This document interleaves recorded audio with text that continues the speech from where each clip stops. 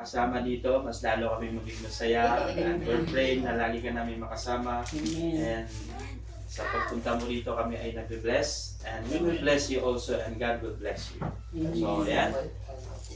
Ay po muna ay diretso sa ating verse ngayong gabi.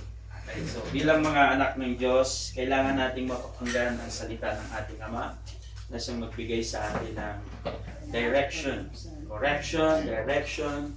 At kapag naunawaan natin ito, this will bring life to us. Ay magbigay sa atin ng kaliwanagan. Sa tuwing tayo ilalakad sa kadiliman, sa kamangmangan, the Word of God will enlighten our hearts, enlighten our mind, para po ito ay magbigay sa atin ng tamang landas sa daan. So yan po ang ating verse ngayon. Matatagpuan po natin sa Luke 19:10. Okay, sabay-sabay po natin basahin. For the Son of Man has come to seek and to save that which was lost. Ayan. So, for the Son of Man has came to seek and to save that which was lost. Ayan, napakaganda po ng message na ito. So, kung babalikan po natin kung ano pong nangyayari o kaganapan dyan sa Luke 19, yan po ang Panginoon ay pumunta po siya sa isang lugar at mayroon pong isang tao na nangangalan na Sakeo. Ayan. Si Sakeo po, ayan. Si Sakeo ay ang kanyang, siya ay kilala rin at tax collector siya. Then, gusto siyang i-meet ng Panginoon actually. So, paano pong nangyari is siya rin gusto niya rin makita ang Panginoong Jesucristo at that moment. So sa daming tao, sa sobrang daming tao at siya ay hindi na makatangkaran, so para makita niya ang Panginoon na magtuturo sa karamihan, umakyat siya sa puno ng kahoy. Ayan. Para niya makita. So, itong tax collector kasi sa lugar na yon at noon pa ay hindi ito ginagalang ng mga mamamayan kasi ito'y hindi maganda ang kanilang pagtingin dito kasi nangungulekta na siya ng buwis. So ngayon, ang nangyari, kahit na sa kanyang kaliitan ay hindi hadlang ang mamit niya ang Panginoon. So gumawa siya ng paraan, umakyat siya doon sa puno ng kahoy. Ngunit ang Panginoong Jesucristo ay nakita siya. Sabi ng Panginoon, Sakeo, bumaba ka dyan at ako'y pupunta sa iyong bahay. So ang nangyari, to make it short, si Sakeo ay bumaba sa punong kahoy at nag-meet sila ng Panginoon at nandun sa kanyang tahanan ay talagang inasikaso, pinakain niya ang Panginoon. So, yun yung tagpo o kaganapan sa panahon na to. So, ang mga tao na tumutuligsa kay Sakeo, tinatanong nila ang Panginoon or walang bad comment yung nangyayari sa kanila. Ito bang si Jesus ay nakikipagtagpo sa mga hindi maganda ang katayuan sa lipunan, baga bad comment kagad. So ang sabi ng Panginoon, sabi niya, for the Son of Man, sabi niya, for the Son of Man has come to seek and to save that which was lost. So parang sinabi niya na hindi ako pumunta sa mga matuwid, sa mga magaling na, but I came doon sa mga may problema at ngayon kung ano yung nawawala ay ibabalik ko. Ibabalik ko kung ano yung mga nawawala o naliligaw. So that is the word coming from Jesus Christ. Amen. For the Son of Man has come to seek and to save that which was lost. Now, tandaan po natin yung that which was lost. Kung tingnan mo yung word niyan from the last, ito po ay tumutukoy sa mga nawawala. Ano ba ang mga bagay na nawawala? Ano ba yung mga object na ito na naligaw o nawawala? So, hindi lang ito tumutukoy sa isa. Okay? Hindi sinabi niyang who has lost, which. Okay? So, kung pag tinanong, which, lagi kong ini-example sa inyo yan ng mga nakaraan, pag tinanong ko kayo, which of this item na makikita mo sa harapan is made of plastic? So, magtuturo na tayo kung ano mga bagay-bagay dyan ang merong made of plastic. So, matatagpuan mo na hindi lang isang bagay ang made of plastic. So, dyan pa lang, nagsasuggest na siya na kung ano yung ibabalik niya ay hindi lang isa. Okay, so pasuhin na. Pasara yung pinto para bukas. Salamat. Okay, so yan yung ating pag-aaralan ngayon. Yung mga nawawala na yan. Okay, naliligaw or not in the proper place. So ang isang lost, hindi ibig sabihin niya na talagang totally not existed. Nandyan lang siya, pero hindi siya nakita. Maaring nasa improper place or maaring natabunan, kaya nga pag hinahanap natin yung mga bagay-bagay, nandyan lang. Di ba? Minsan nahanap mo yung iyong susi, battery. Oh. Pero nandyan lang siya. Hindi mo lang siya nakita. Maybe na misplaced. Okay. So, yun yung ating pag-aaral ngayon. Pero ito po ang pamagat ng ating pag-aaral. The second chance. Oh, wow. Praise God. Wow. Welcome. Lord. B. At yun pong ating bisita. Welcome. Ayan. Meron po tayong bisita. From Royal Hyatt family. English. English. Oh, English. English. Okay, welcome. Dosni. I forgot the English. Okay, so welcome sister. Dosni. Disney. Disney, you stay here so your back will I thought you're a Filipina. sit down. Ano ba yung sa Indonesia? Apo kabar. Ay, hindi. Okay, so welcome. We are glad to meet you here. Okay, we will try our best to explain to you in English. We're happy to see you. So we're so blessed to see you here, and I'm sure God will bless you at this moment. You came at the exact time, the right time, because we're about to start our teaching or our sermon tonight. This is the title of our sermon, the second chance. Second chance. Do you like, or would you like to have a second chance in your life? Amen. Of course. Okay. So, do you know how important is the second chance? Yes. Amen. Because Amen. when we have a second chance, then we are having time to correct our mistake. Amen. Okay? Or maybe you want to cover up something that you miss. Alright? So here, this is our topic, the second chance. And then, what Adam's lost, that was the first chance. Okay? What was Adam's loss? Kasi Jesus Christ told us in Luke, in our verse, I came to save that which was lost. Okay, now, this is it. The first chance from this side, what Adam's lost. That was the first chance. In the second chance, Christ restored. So from that side. So, as you see, there are two pictures. Okay? In the first chance, the fall. That was the mistake. The starting of human failure, no? The fall down. So darkness was happened or came, which means darkness is ignorant. And followed by chaos. There was no order at all. We know that during the time of Adam, before he committed mistake, there was a perfect, there is wisdom, there is order in Garden of Eden. We have Sister Eden here. So it's time for you to understand what is really happening on Eden.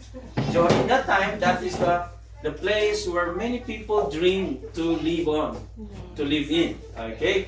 So, there, before the fall, before the sin or disobedience of Adam to God, there was no darkness, there is no ignorance. But after that, the man fall down or fell, there was darkness, ignorant, chaos because there was no order at all. Okay? Separation between man and God. And then there is chain. Now chain is an example of being bondage or slave. Chain and brokenness. Brokenness means you are what? Lack of many things. Yes. Okay? And there was fear in their heart. But before that, there was light. There was knowledge coming from God. There was harmony. Adam was having a right relationship to God, and there was no he did not did anything which is against to the will of God. So his relationship to God is in harmony. Yes. Okay, and there was union and freedom to exercise what is his life exactly. So now, when we think about freedom, there is a different term or meaning of freedom. But the original meaning of freedom, when you are free to do the things that you are designed, or you're being designed. You are designed for these things, then you are freely to execute the things which is you are really created. So if you are created to fly, then one day you cannot fly, so you are slave. But once you are free to do or to execute flying or doing flying, then you are free.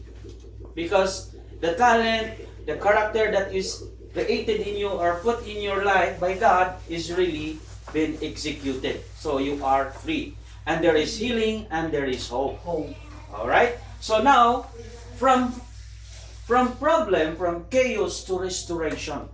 This is the entire message that we have to learn tonight. Okay? So, there was a fall, there was a problem, and of course, restoration is a solution. Now, let's continue.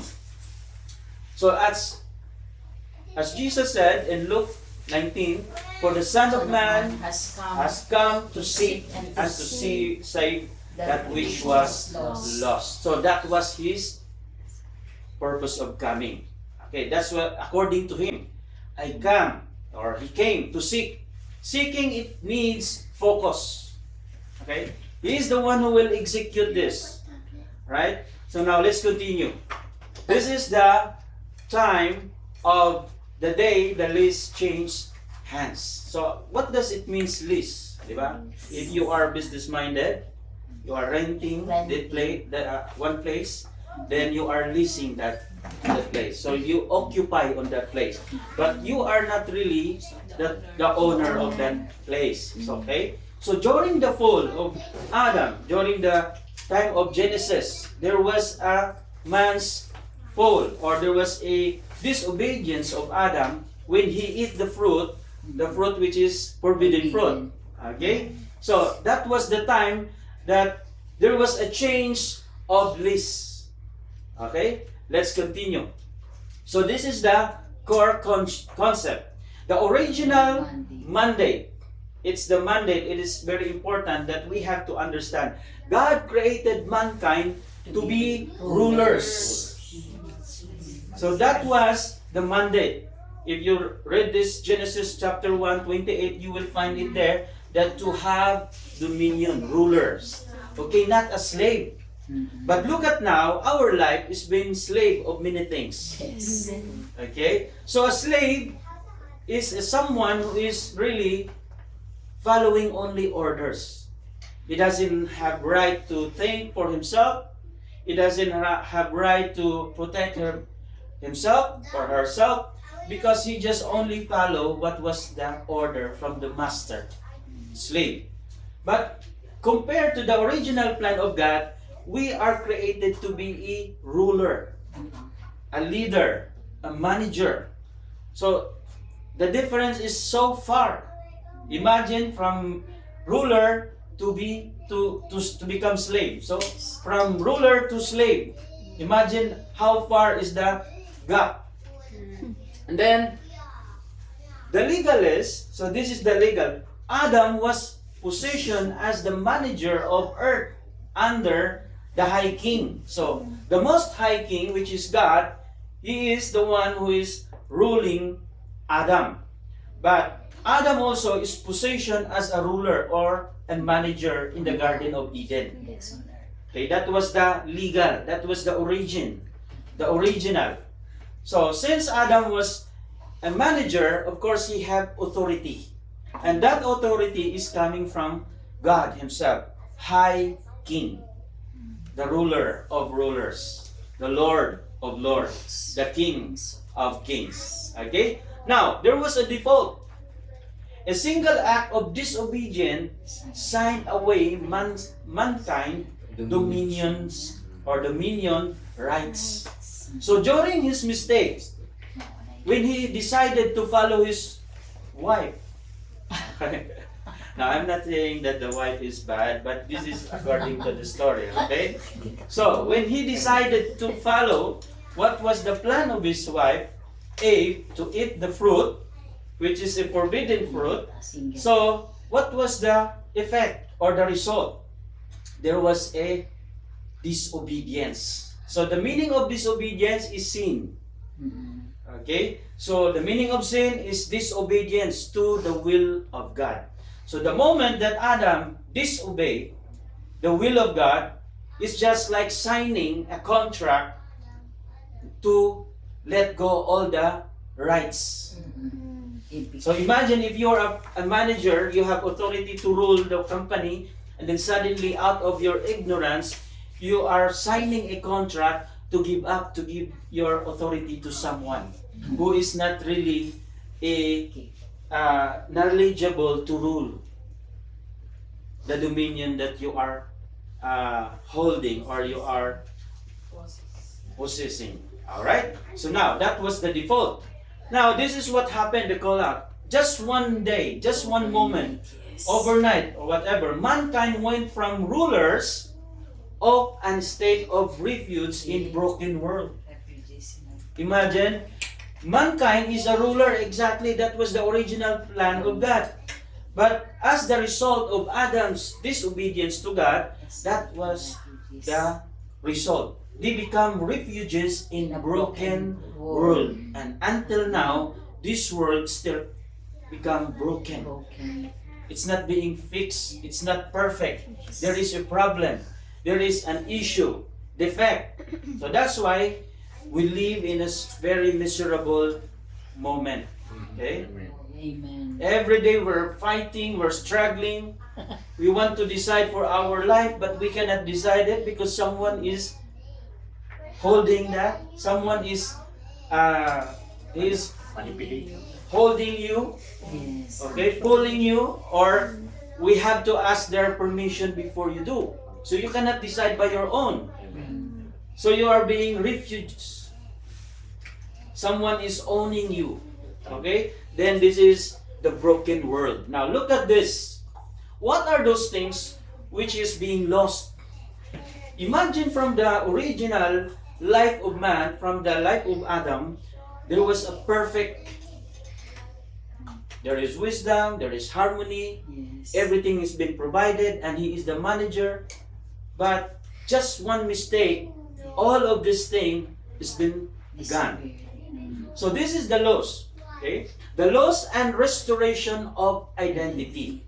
So during those times that Adam was living on paradise or Garden of Eden, there was a good or nice identity, or he knows his identity. But after, when he committed mistake, okay, this is what happened. From son of God to slave of fear. So imagine before, Adam was full of courage. He doesn't have fear. He doesn't have doubt. Because his identity is perfect. It came from the image of God. So imagine, God who created Adam, God gave Adam's ability, wisdom, power to dominate, to rule. So he did it perfectly without any mistake. But just one day, this is what the result. From sons of God to slaves of fear. So this is the tragedy during Adam's time when he committed a sin. So sin stripped humanity of its divine clothing of glory. Imagine those times. How come in this statement it's mentioning clothing? And we know that during the time of Adam and Eve in Garden of Eden, they are not wearing any clothes. They're just naked. But what was the meaning of that clothing of glory? Okay? So, physically they are naked and they don't see any malice on each other, but their whole life is being covered with holiness. So clothing, it's just it represents or it illustrates The meaning of that is holiness. Holiness, it means someone is doing it right without any disobedience to God. So, even though they are physically naked, but in the eyes of God, they are holy. They are clothed of glory. So what was happened? After they committed sin, they look at themselves, they are naked and they feel ashamed.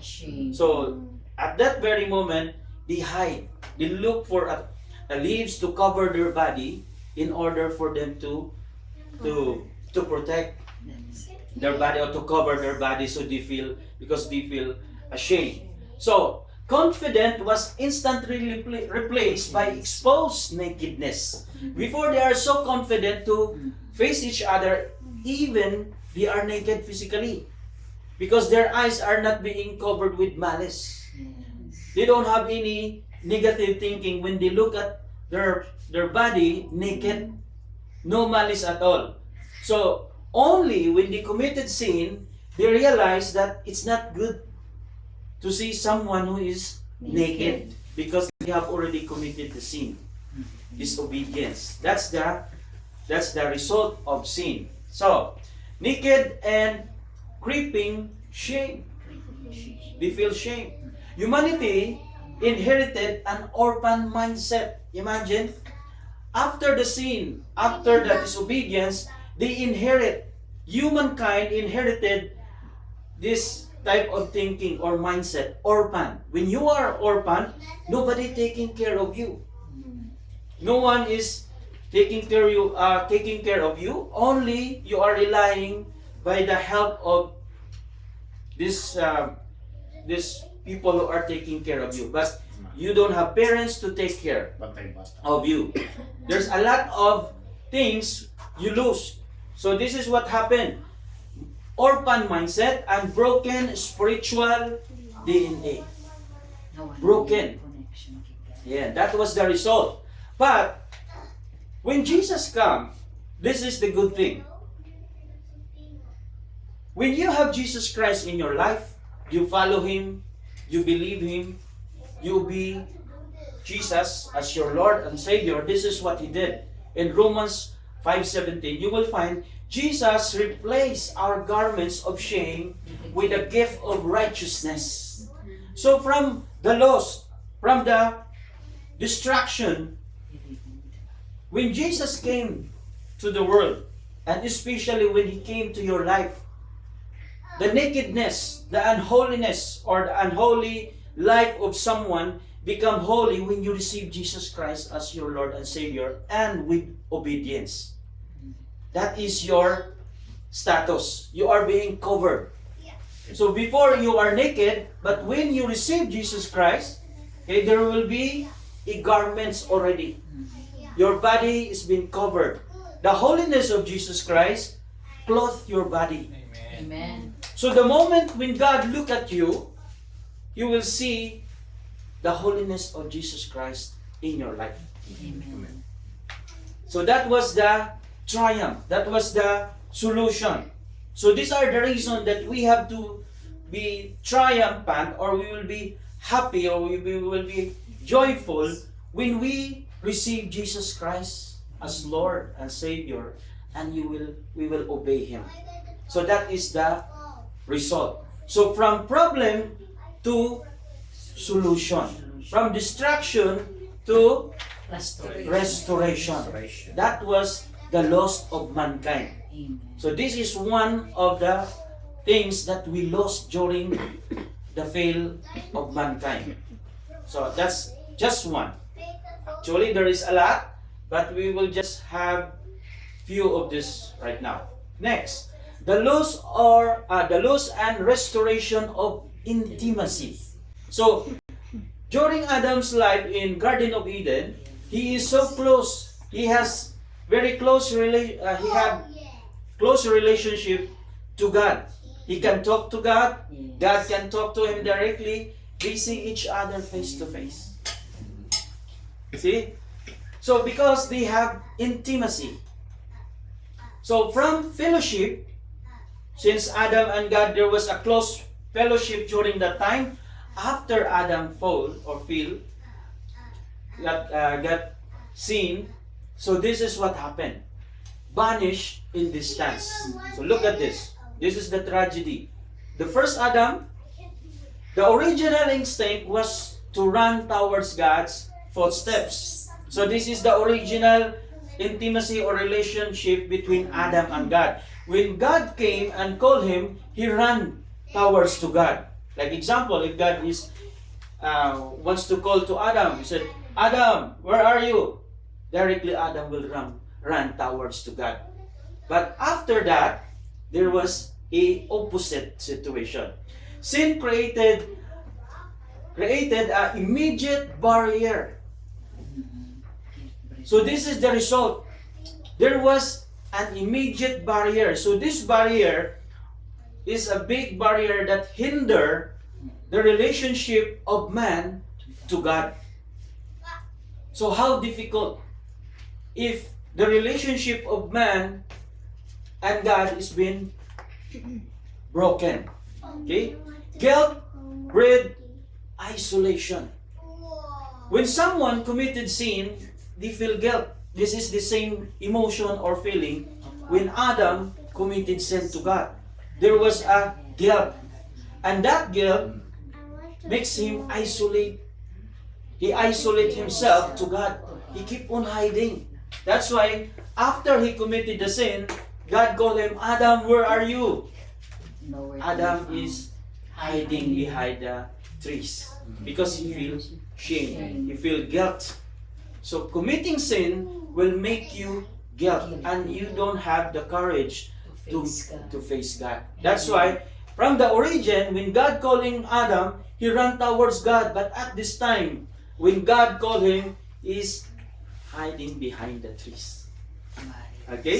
So banishment from Eden, severe proximity to God's immediate presence.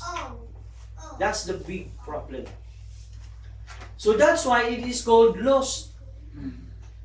Okay? Humanity spent millennia trying to build religious towers to climb back up. So that's why there is a lot of religion created by man. It is an organization created by man to reach God, to restore the relationship between God and man. But do you think man can restore the relationship between God and man? No. So God is the only authorized to restore the relationship between God and man. Because God is divine and man is a sinner. Yes. Okay? So religion is an attempt. It is an act to cover up, to connect it again. But none of the religion are qualified to bridge the gap of our relationship to God. So that's the problem. But when Jesus came, and when Jesus came to the world or came to our life, this is the event. This is what we have to be triumphant. The veil is completely torn down. We know that during the time when Jesus Christ was hung on the cross, crucified, okay, there was a big event. The veil was torn. It means there is no barrier at all. Okay? Amen. That was the return of our relationship to God. And then, those who were once far off are brought near. Imagine. When Jesus came to our life, Jesus bring us near to God. So that's how important when you become a godly person. When you obey God, God will bring you, Jesus Christ will bring you near to God. He will restore our relationship to God the Father. Okay? By the blood of Christ. Because only His blood is the perfect payment. His blood has a value that enough to pay the sin of the world. Okay, so that was the Satan lost. And then when he come, he restored it. That's why we need restoration. So for us that we are keep on reading the Bible, keep on longing for understanding, this will happen to us. So it's so sad to think that why humanity or many people doesn't want to come to Jesus. Because of ignorant. Okay? Ignorant, they don't value Jesus in their life. So, but if they know this, they will see the big difference. Okay, let's continue. Third, the loss and restoration of inheritance. Imagine, you have inheritance. As a children of God, we have inheritance. It's normal to receive inheritance coming from our parents. So since God is our parents, we have the rights to enjoy the inheritance of God the Father. But because of the disobedience of Adam, we lost all of this inheritance. That's why we keep on struggling day and night to provide our needs, the needs of our family. Okay? Because we supposed not to do this. Because we inherit the blessing, whatever things that is been provided by God before during Adam's time. We supposed to enjoy that. We supposed to have it also. But it's gone. So from effortless abundance to painful toil. Imagine. Do you remember that Adam is working for food? He didn't sow a seed. Yes, it's all Right? It's all been provided. Once the seed will grow, the trees will produce fruits. And Adam has the right to pick any fruits he wants. Wow. And according to the Bible, there was a tree of life. So Adam has the opportunity. He has a complete rights to take all of this provision from God. Abundance. Okay? From effortless abundance to painful toil. So what happened? Provision used to be an effortless atmosphere of a fertile earth. Okay? So, yung provision, the provision of God is supposed to be effortless. You don't need to work day and night, give your extra energy, overtime here, overtime there, because God has already prepared for your needs. He provided already. So effortless. But after Adam's disobedience to God, everything is changed. The ground was cursed with thorns, thistles, sweat, and anxiety. That was the time God told to Adam, from now on, you will toil. The ground will not produce fruit unless there will be sweat coming from your body. Struggle hard. So from that time, man should sow, man should work in order for him to get the food that he needs to survive. But the original plan of God was not, man should not work for his food because he already provided already. So that was a very perfect life of humanity. But because of disobedience, this is the result. Everything is gone. From effortless to painful toil. That's why all the family now is struggling, working day and night. See? Husband is here, the wife is in Philippines. And not only Filipinos, every country, every nations. We've been separated to our family in order to earn money. That is the painful toil.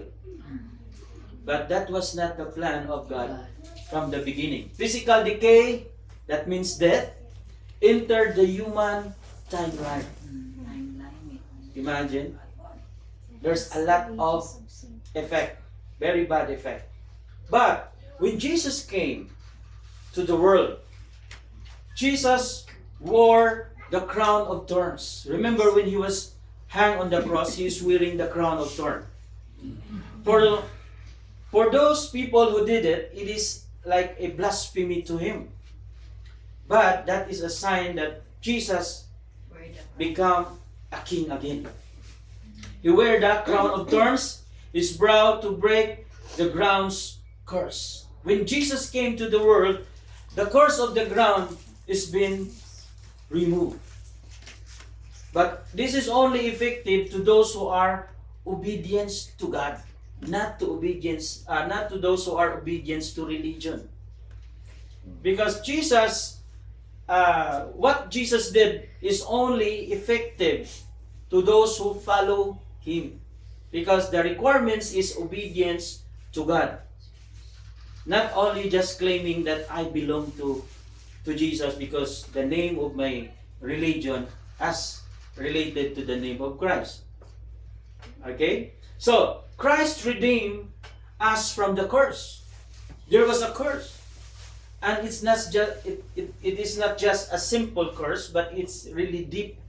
From third to fourth generation, that curse is even effective to them. So, trading survival struggle for supernatural grace. When we have Jesus Christ in our life, we have supernatural grace. How become it's a supernatural grace? Because it came from God alone. The Most High God. Supernatural. And that is the grace that given to God, given by God to the mankind. So we are already experiencing this. So we have already experienced. So that is another thing that been lost by mankind. Next, the loss and restoration of authority. Okay? From earthly rulers to oppressed slaves. Imagine, have you tried to ask your life, why I am not satisfied right now? Every time when someone is commanding you and demanding you to do something, or every time when there is someone who give task for you to fulfill, your personal emotion is not really confident or not so totally happy when they are giving task to you. Why? Because you are not created to be a slave. You are created as a ruler. Now, if your question is, if everyone is ruler, who will be the follower? Diba? So, is it correct? If God is if God created the humankind or human as a ruler, so who will be the follower? So, if that was your thinking, that means you are already conditioned. Your mind, your mindset has been already conditioned to the meaning of ruler and slave according to the idea of this world. So when you become a ruler, you are ruling under or in the area of your responsibility. So like example, if everyone is ruler, if everyone is manager, so no one will follow you. You cannot tell them, can you please do this? Why you are telling me? I'm also a manager. How dare you give me an instruction? I'm also a manager. That's not the right thinking or understanding for that. So everyone has an area of gifting. Like Adam, he have his own gift. Adam also, Eve also received his gift, or her gift. But both of them are rulers, but in different areas. So if a man is a ruler, he doesn't need to rule his wife, because his wife is also a ruler. But how come there was a fraction? The wife will say, I am the ruler also. Husband also, yes, I am a ruler. But that is the result of ignorance. Area of gifting. If you are good in this area, rule it with the wisdom coming from God, the knowledge that comes from God. Once you rule that, you do it, then everything will be fine. So when someone look at you and you are handling a group of people, and when they are looking at you, you are ruling like God. You are using the character, the mindset of God, then you will not treat them as a slave. You will treat them as also a ruler. So let's rule this job. Okay? How will you apply that one? That mindset. Okay, guys, yes, we know I am your head, but I'm not treating you as a slave. I treat you as the same as me. We are a ruler. We can do this. Nobody is behind. I will lead you. You will follow me. Let's do this. Because we have knowledge coming from God. There is no mistreatment each other. You respect. You don't look at your colleague, your co-worker under your power, because you have respect. So those people also will look at you with respect, then they are happy to support you. When there is achievement, you will not only bragging yourself. You take the whole thing as the one who did it together. So the name or the what you call the fame is not in you, but for the whole team.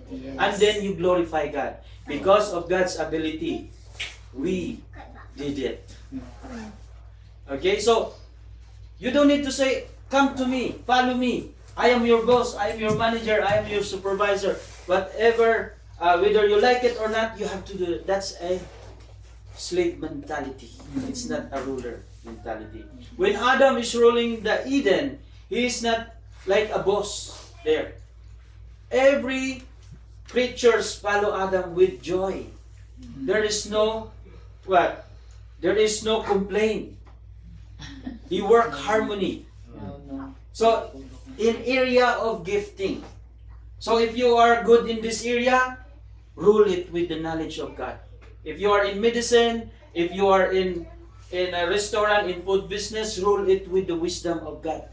Not the wisdom of this world, because the wisdom of this world will treat someone as a slave, as a subject under my command. I am your boss. I am the ruler. No. Treat anyone as your co-ruler. Because we are created according to God's image. So if we are created according to God's image, we are also commanded by God to dominate. So you are a dominator, you are a dominator, I am a dominator, I am a manager, you are a manager, you're not a slave. But in area of gifting. So if you are good in food, how come the people who are working in medicine will not follow you? Because you have different area of gifting. So there is submission to each other. Yes. You recall, you look at your other people has that they have also ability to rule in this area. So if you are good in a business, you cannot lead the people, or you cannot advise people who are good in food business, because you have different area. Yes. So you know your place. Okay, since you are good in this area, I will let you lead us. We will follow you. So there is submission. But it doesn't mean you become a slave. I just follow you. Follower is not a slave. Okay? So, from earthly rulers to oppress slave. So oppress, so this is what happened. Adam bowed his knee to Satan. That's why mankind is being oppressed by Satan. Slave. During the time when he committed sin, Satan handed over his ruling crown. Imagine if Adam did not commit a sin. The mankind or the humanity will not undergo, or we will not suffer in this suffering that we have right now. Yes.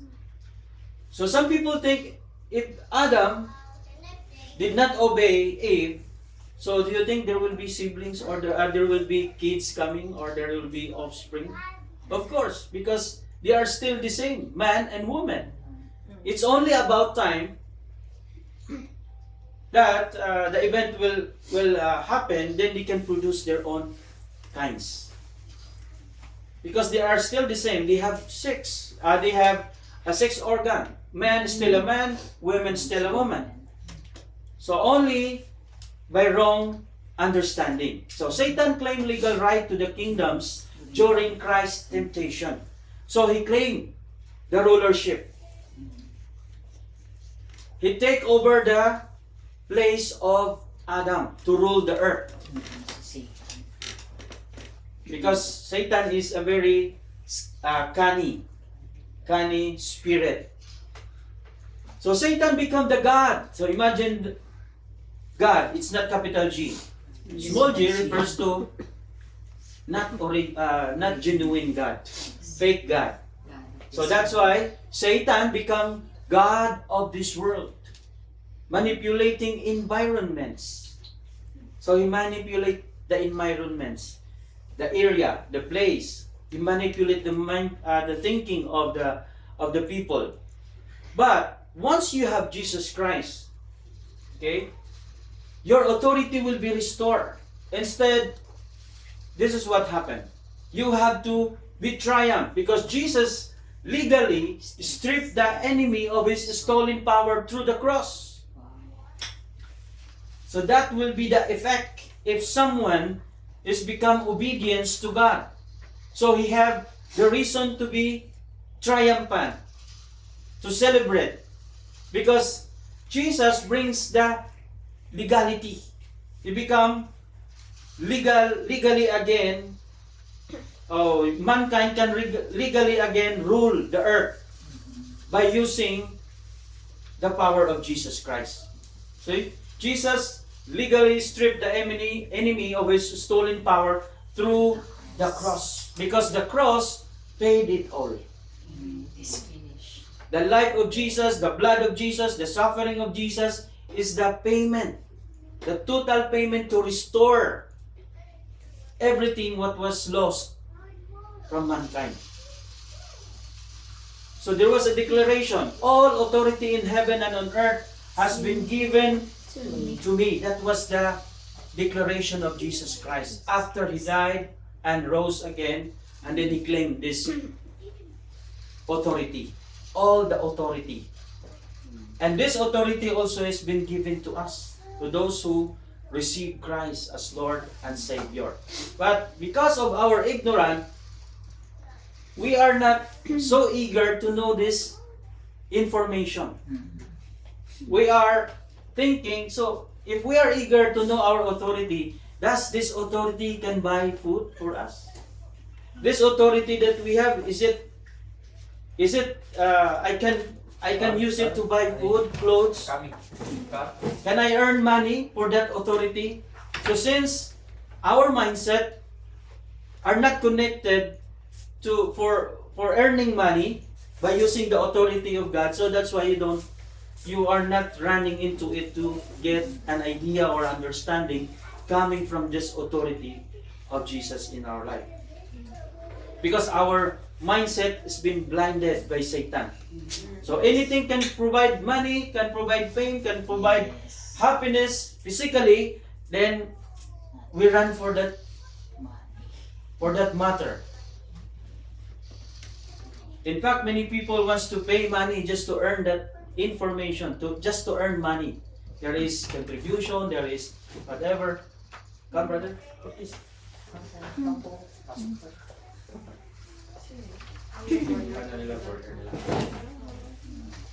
It's okay.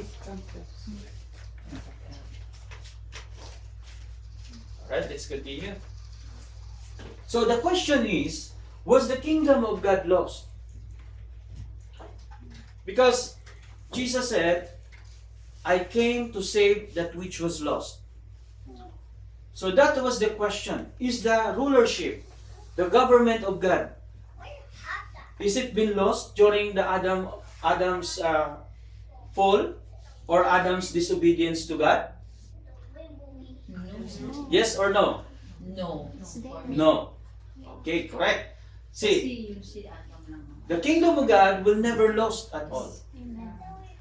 Still there, because this kingdom is perfect. Amen. All right. So the core distinction. So humanity was lost. Yes. It's not the kingdom. Not the kingdom. Amen. The humanity.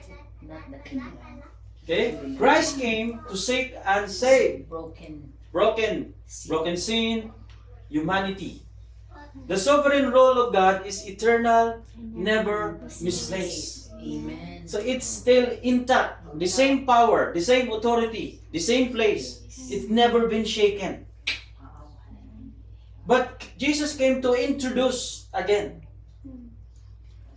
Introduce. Because you've been lost. Humanity has been lost. They become ignorant. So it's time for them to know about the kingdom of God. Okay? So restoring lost access.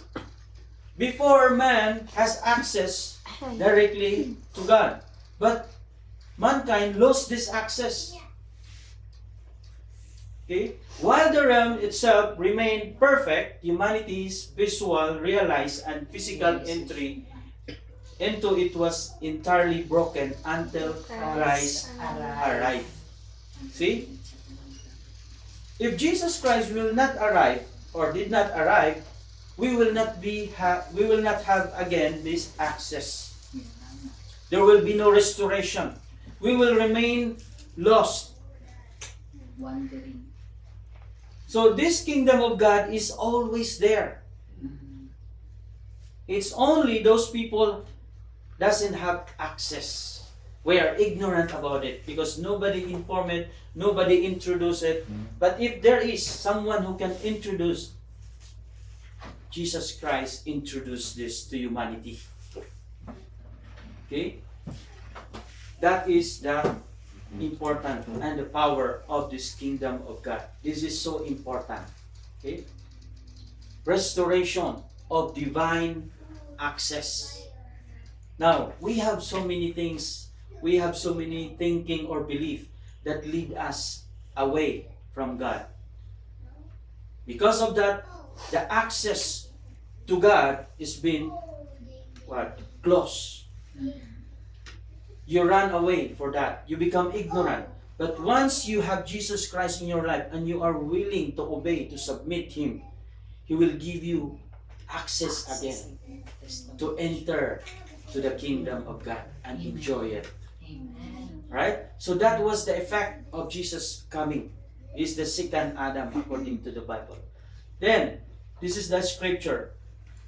Blinded without salvation. Yes. Okay? Apart from being spiritually born again, humanity remained completely unable to see or experience the active role of God. See? We've been blinded. Without salvation, the problem, if you are not been saved, so the role of God in your life will not become activated. Yes. No Okay? connection. Apart from being spiritually born again. Remember, spiritually born again. It's not the group who called us born again. Yes, It's not spiritually. spiritually. That's why you need to be born again. Then humanity will remain completely unable to see or experience the active role of God.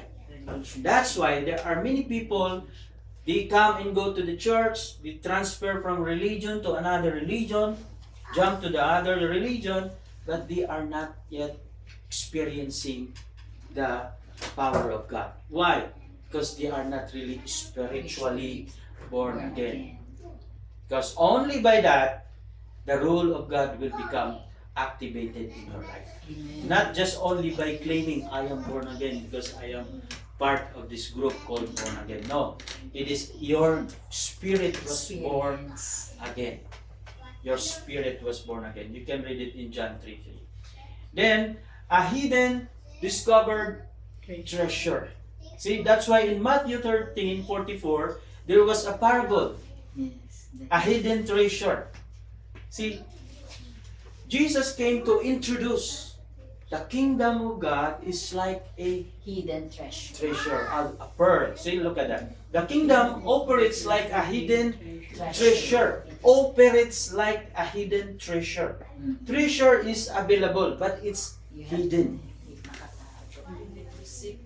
You have to Yes. discover. You need to discover it. You need to dig. You are willing to work out. Treasure are not easily found. Yes. Some are being buried in very deep. Okay? It takes time. But once you found it, then you will enjoy it because it's a treasure. It's very valuable. That's why it said, operates like a hidden treasure. It is unseen by the prideful. If you are pride, Prideful. if you are prideful, Yes. then that means I don't need it. Yes. I don't see that thing is important. Yes. So why should I have to spend my time knowing the kingdom of Of God? God. I'm okay with my religion. I read Bible. I memorize verse. People look at me, I'm fine. In fact, they respect me because I have Bible. I came to church. Go many activities I've been attending. But no. That's not the important there. So if you are prideful, that means you reject. Yes. Okay? It is unseen by the prideful. That's why the parable is only available to those who are humble themselves to God. They are not prideful. Requiring active surrender to find and claim. It needs surrender. This is the requirement. If you don't surrender your life to God, then God also will not force you. Okay, that's what you want. It's okay. Go on your way. Then you will find the result of your prideful life. Then one day, you will come again to God. Lord, I don't understand now. I did many things. I come to this person, blah, blah, blah, but I didn't see my life is fulfilled. I didn't see that I am happy. I feel always empty. Then God will say, come unto me, to those who are heavily laden. Okay? Surrender. Once you surrender, you will find it and claim it. But you need to be spiritually born again, because that's the entrance to the kingdom of God. Okay? So, inheritance can be forfeited. Now, the kingdom of God is inheritance to us. Okay? But the problem, there is a possibility that this will be forfeited. You will not enjoy it. You lose it. Rejection of Christ causes certain groups to lose their possession within it. Of course, we're supposed to enjoy the kingdom of God, but because we reject the person or God who bring or introduce the kingdom of God to us, the result of that rejection, okay, we will lose to inherit that blessing or that position. Okay? Transferring access to those who yield spiritual fruit. So if you found the kingdom of God and you accept the kingdom of God, there will be changes. Transferring access to those who yield spiritual fruit. Then we will have fruit spiritually. So that's the good thing. That's why we have to desire, we need to pray, we need to be obedient to God, because all of these lost things that we're supposed to enjoy in our life, okay, if you don't obey God, it will remain lost to you. We will remain lose the access to enjoy the life which is God has been promised to us, because we follow disobedience.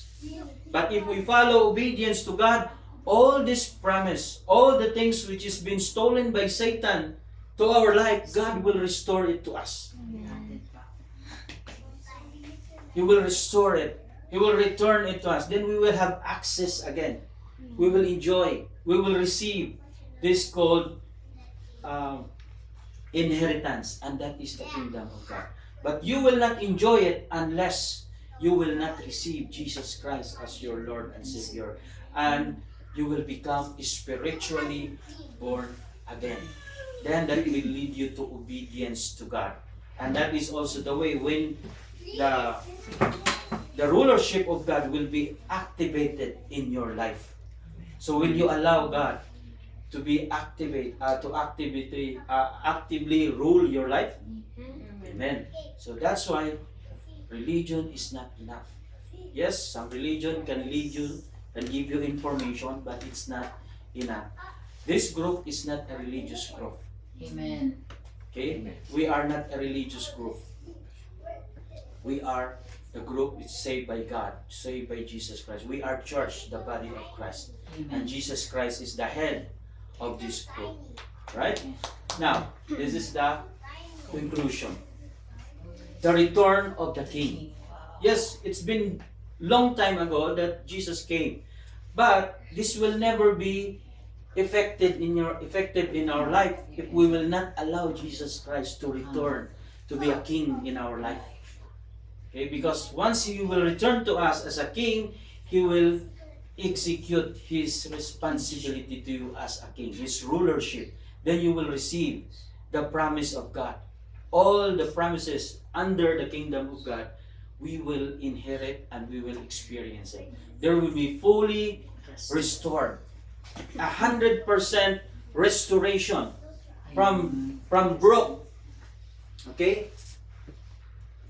For the Son of Man came to seek and to save that which was lost. That is the statement of Jesus Christ in our life. So there are many things that we are not, we don't have it right now. There are many access that it's been closed, but only by accepting Jesus Christ and become obedience to Him, we will have again this access from God. So this is the call to action. Step out of the first Adam's heritage of fear. Shame and exhausting toil. Step out. How? Only by obedience to Jesus Christ. Spiritually born again, become obedience to God. Okay? And this is it. Step into the last Adam, which is God, Jesus Christ. Heritage of righteousness, deep intimacy, and kingdom authority. So there will be authority of the kingdom in our life. That is the second Adam. That is the instruction of Jesus Christ. Priority the teaching of God. Priority the principle of God. Be righteous, be holy, not a religious one. So by attending, coming to church is good, but it's not completely enough. That's why you need to come, you need to learn. Talk to someone who can develop, who can increase your faith. If you need someone, you can ask him about the will of God, the Bible. We have pastors, we have elders, we have members here who can help you. So don't hesitate. Seek the kingdom of God. Right? And His righteousness, and all His things shall be added unto you. All glory to God. That's all. Right? Okay, let's all stand up and pray. Father God, we thank You for Your goodness, O Lord. Your word is very powerful, O Lord. Your intention is clear, O Lord God, that we will become obedience to You alone, O Lord God. Lord, we ask Your enlightenment, Lord, so that we can get the right understanding coming from Your word, O Lord. That there is no religion, O God, who can help us to bring back the access from You, Lord. But it's only You alone, O Lord God. We need to become spiritually born again, and we will allow You, Lord, to rule our life again. And You will allow You, Lord, we will allow You, Lord God, to become a king, to become a manager in our life, in our heart, in our mind, in our past, in our presence, and in our future, O Lord God. Although we committed mistake from the past, O Lord God, but those experience that we've done in the past, O Lord God, it can be also an instrument, Lord, to become more obedience to You, Lord God. By the result of our past deeds, O God, we will see the result of our disobedience, O God. At this time, O God, we submit it to You. We are so eager, O Lord God, to obey You, Lord God, in this present time, O God, and also in the future, that we will become obedience to You alone, O Lord God. May Your word, O God, become alive in our heart and in our mind, O Lord God. May Your principle, O Lord, will lead us to determine, to desire. Let Your word, O God, instruct us, O God, as a right direction. Let Your word, O God, become also a correction in every moment that we committed mistake in your presence, O God. Holy Spirit, we commit to follow you. Talk to us, Holy Spirit. Lead us, guide us in obedience to you. In Jesus' name we pray. Amen. Maaari po muna tayong maupo. Maraming salamat po. Thank you for your word of God. Maraming salamat, speaker, for the sharing the word of God. Now mga kapatid, let us not only hear the word, let us also receive it and obey it and live it. Amen? Because the word of God is not meant to remain here. It should be Should prosper. where? Should multiply. It should multiply. Amen? And it should be remain in our lives as well. Amen? So let's continue. At this time mga kapatid, we will now come to another important part of our worship, our giving, our tithes and offering. Giving is not simply about the money. We know that. It is an expression of our gratitude, our love to God, our trust to God. Amen? To those who are newly, we're not obliged you to give. Okay, mga kapatid, but before we give, let's sing first our offering song. Yan. Kaya pa? Oo, alam. Palitan ko sa ano. Okay, sige. Pero sige lang, alam naman sila na pastor. Kasi ang boses ko. Our offering song to God while we give. Kaya mo basa. Over all the earth is singing, you reign. Justice and peace you reign. You reign. Holy One, you reign. Sige po, ano tayo sing? You reign. Over all the earth is singing, you reign. Justice and peace you reign. You reign, Holy One, you reign. Little bit louder, okay, amen? You reign, over all the earth we sing it. You reign, justice and peace you reign. You reign, Holy One, you reign.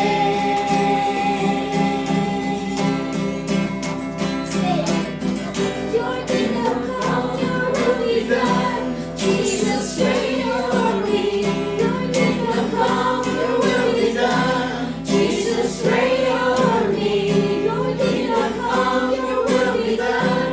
Jesus reign over me. Your kingdom come, your will be done. Jesus reign over me.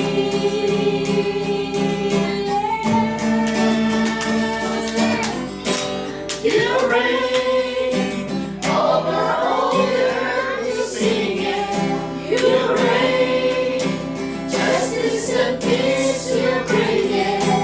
You reign, Holy One, you reign. For the last time, we sing you reign over all the earth, we sing it. You reign, justice and peace you bring it. You reign, Holy One, you reign. Let's all stand.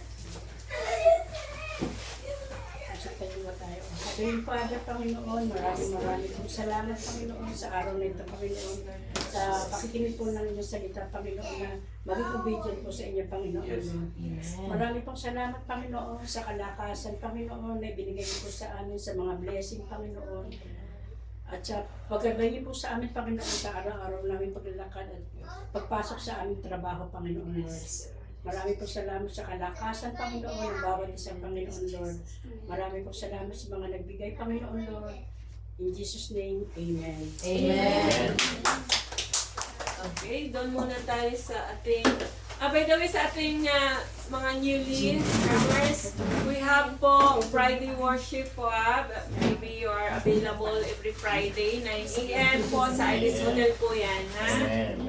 So, yan. So, proceed na po tayo sa ating doxology to officially seal our worship for tonight. Let's all sing. Praise God from whom All blessings flow. praise Him, all creatures here below. Praise Him above the heavenly hosts. Praise Father, Son, and Holy Ghost. Amen. Hallelujah. Once again, Lord, we honor you and we glorify your holy name. That truly your blessing had close to us, Lord, tonight. Papasalamat kami, Panginoon, sa buhay. Once again, to the life of our pastor, Sanjay, who always patiently and lovingly teaching us your word.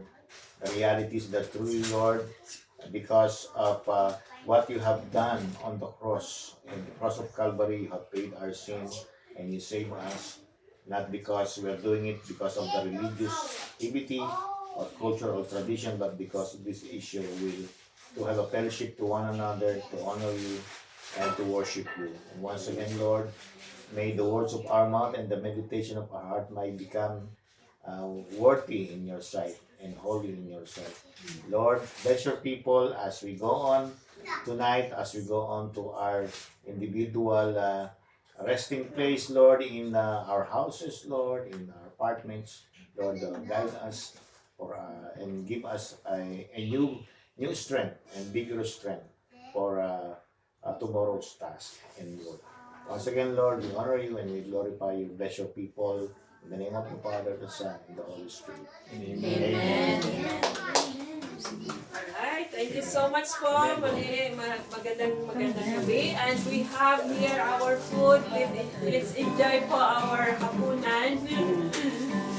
Okay, so before that, we will our victory song. Once again. Upon the Lord, we will wait upon the Lord, we will wait upon the Lord. We will rise, we will wait upon the Lord, we will wait upon the Lord, we will wait upon the Lord our God. You reign forever, our hope, our strong believer. You are the everlasting God, the everlasting God. You do not think you won't grow weary. The defender of the weak, you comfort those in need. You lift us up on wings like eagles. You are the everlasting God, the everlasting God. You do not think you won't grow weary. You're the defender of the weak. You comfort those in need. You lift us up on wings like eagles. Thank you. Once again, Lord, papasalamat po kami to all the blessing that you're giving to us, to this food, Lord, na pagpapartik namin bless.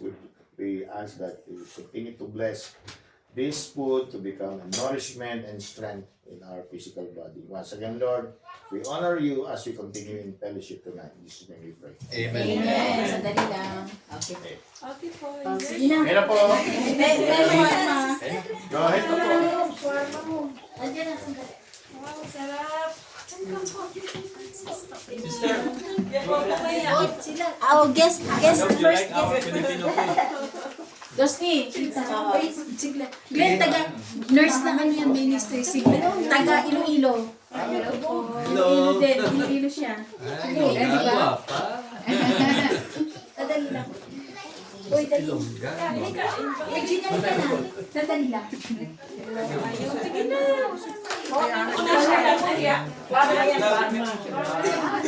Des. Pastor.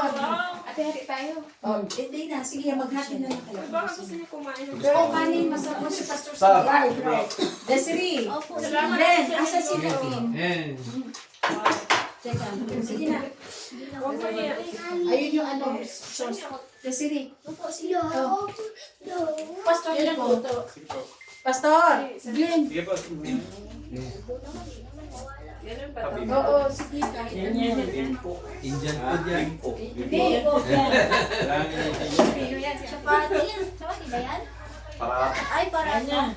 Parata. Hindi, chapati yan. Chapati. Chapati yan. Ikaw bumilano ka na. Hindi. Sige lang, Tim. I'm American. Hindi sa sana. Kung gusto nyo kain na. Lagi mo. Huwag ng ano. Gulay. Latis. Meron pa kayong duty niyan. Diretso na. Oo. Duty kami. Grabe ang pagmamahal nila sa Lord. No? Yes. Blessed kasi snap.